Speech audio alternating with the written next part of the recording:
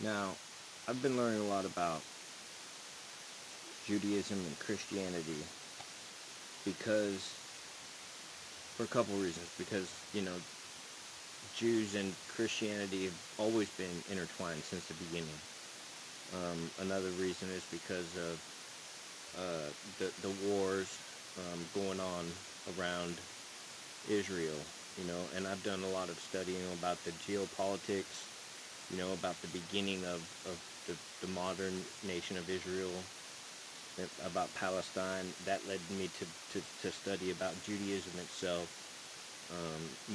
Islam and Christianity, um, anti-Semitism. What is, I mean, it led me to study, like, what is a Semite? What does it mean? What does it anti-Semitic actually mean? What's the root of it all? So I learned what Semites were, people there. You guys ever heard of a Semitic language? There's many Semitic language: Ethiopian, Syrian, Arabic, Hebrew. Those are all Semitic languages. Those are all Semitic people. They all intertwine together. Um, um, Aramaic was an old biblical language. So, like, Jesus spoke a little Aramaic.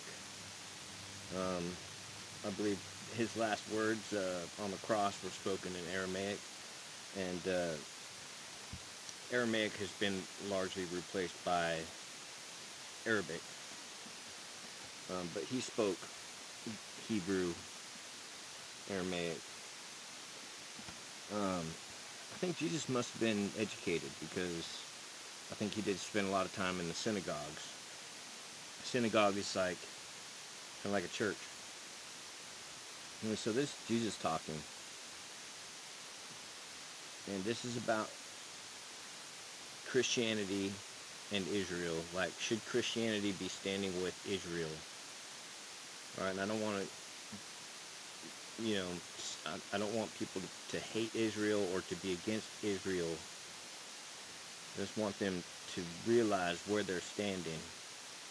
All right, I love everybody equally. I have a heart for Muslims. I have a heart for Jewish people. Um, I have a heart for Christians too. I want to see Christians um, study the Bible a little more. And some of the stuff that I found is just blows my mind because nobody really studies the Bible anymore. Not even Christians. This is Jesus speaking. Then Jesus said to them, "Nation will rise against nation and kingdom against kingdom." And okay, so this is Luke chapter 21, verse 10. "And there will be great earthquakes in various places, and famines and pestilences, and there will be fearful sights and great signs from heaven. But before all these things, they will lay their hands on you and persecute you, delivering you up to the synagogues and prisons. You will be brought before kings and rulers for my name's sake, but it will turn out for you as an occasion for testimony." And this is Jesus speaking. "Therefore, settle it in your hearts not to meditate beforehand on what you will answer." And, basically, just go with the flow. "For I will give you a mouth and wisdom from which all your adversaries will not be able to contradict or resist.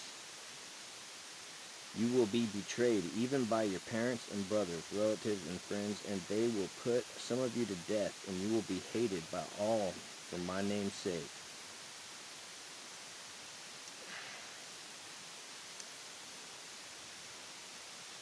Now, verse 20. This is Luke chapter 21, verse 20. "But when you see Jerusalem surrounded by armies, then know that its desolation is near. Then let those who are in Judea flee to the mountains. Let those who are in the midst of her depart, and let not those who are in the country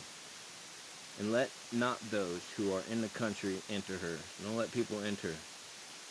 "For these are the days of vengeance, that all things which are written may be fulfilled. But woe to those who are pregnant and to those who are nursing babies in those days, for there will be great distress in the land and wrath upon this people.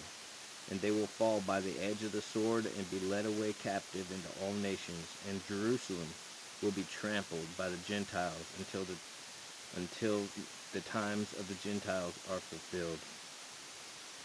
And there will be signs in the sun, in the moon, and in the stars, and on the earth distress of nations, with perplexity, the sea and the waves roaring, men's hearts failing them from fear, and the expectation of those things which are coming on the earth, for the powers of the heavens will be shaken. Then they will see the Son of Man coming in a cloud with power and great glory. Now, when these things begin to happen, look up and lift up your heads, because your redemption draws near. And I've been trying to tell my sister and my friends, you know, what the Bible says about Israel. Israel means one that wrestles with God. That's what the name means. Jacob in the Bible, in the Old Testament, he got his name was changed to Israel, and from him the nation of Israel came. His story was that, you know, Jacob he was a trickster. He tricked his brother and his father out of their inheritances, and one night he had an encounter with an angel, and he wrestled, an angel of God, and he wrestled with that angel all night for hours in this story, and he would not quit wrestling with God. He never gave up, and I believe in the story, the angel injured his hip or something. So from that night on, Jacob had a limp, and the angel changed his name to Israel. And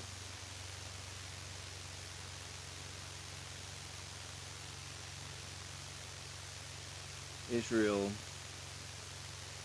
the synagogues, the Pharisees. A Pharisee was the head people of the Jewish nation of Israel. They were the ones that they rebuked Jesus. They didn't like Jesus because he came in peace and love, and instead of conquering all their enemies, and Jesus had a different mission that he was fulfilling as the Messiah. And that's why they got rid of him. They said, "You're not the Messiah then. You're not the one that we wanted. You're not the one that we're waiting for." And they gave him up to the Romans. And the Romans didn't even really want to crucify Jesus. They were like, "This guy doesn't really..." And they kept asking the Pharisees, the Jewish Pharisees, "Are you sure you want us to kill this man?" And they said, "Yeah." And he said, "Yeah, but this is the Sabbath, and by tradition, you can have one of the prisoners set free. We will release a prisoner to you. Are you sure you don't want us to release Jesus to you?" They said, "No, let us have the thief, Barabbas, I think his name was." This is just all from memory. So even when they rejected Jesus. All right, Judaism still rejects Jesus. Judaism doesn't believe in the gospel. All right, the gospel is the New Testament, beginning of the New Testament at least. They don't believe in the last days. You know, they don't believe in anything that's Christian. Christianity is about Christ Jesus being the Messiah. And that's why I really wanted to study up on why are so many Christians standing with Israel whenever Israel does not actually stand for Jesus.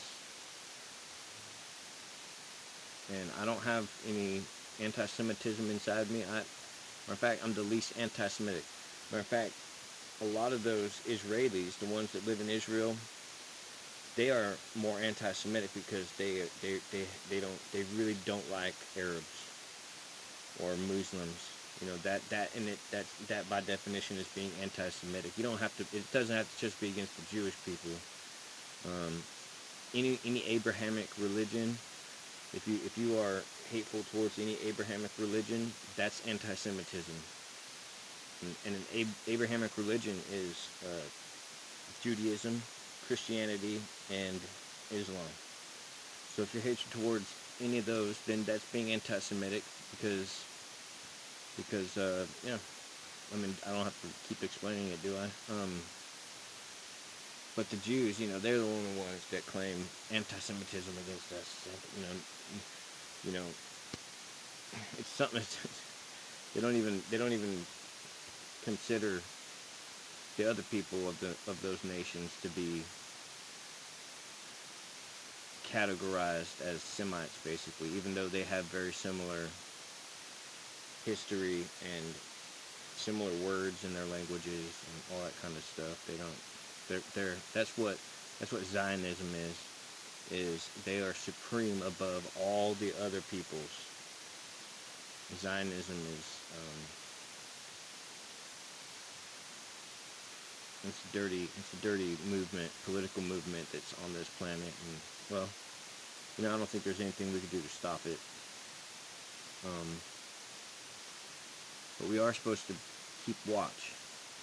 Christians, the ones that are really in tune with the spirit, we're supposed to be keeping watch and keeping tabs on things and being prepared. And if you are keeping watch and keeping tabs on things, then you have an obligation to tell everybody else what's going on. You have to sound the trumpet whenever you see something.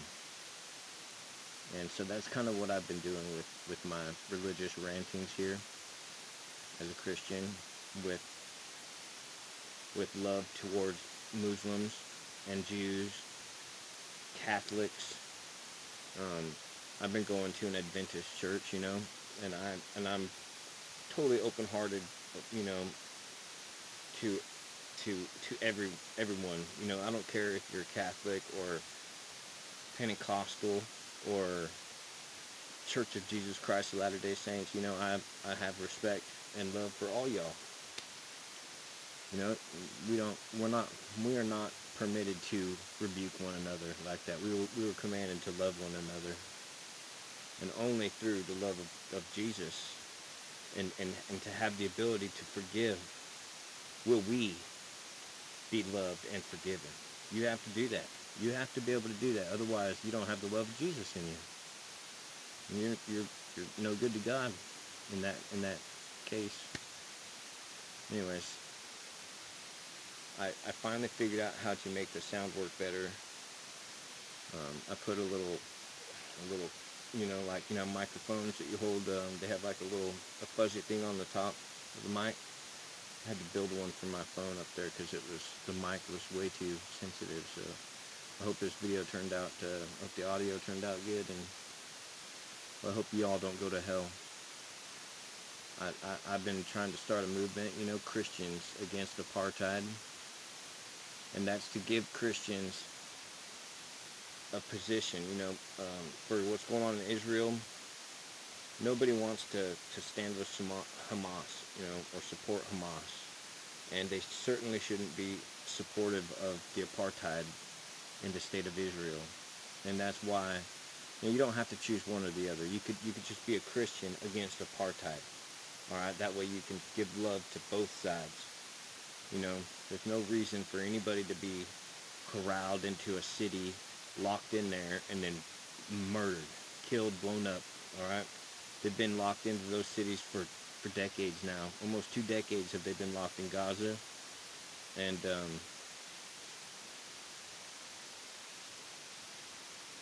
that's uncalled for. That should have never happened.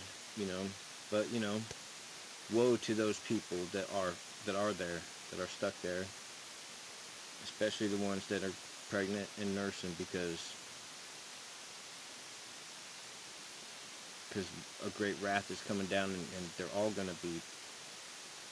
I just read all that. So bless you, God. Bless me, that I may bless others.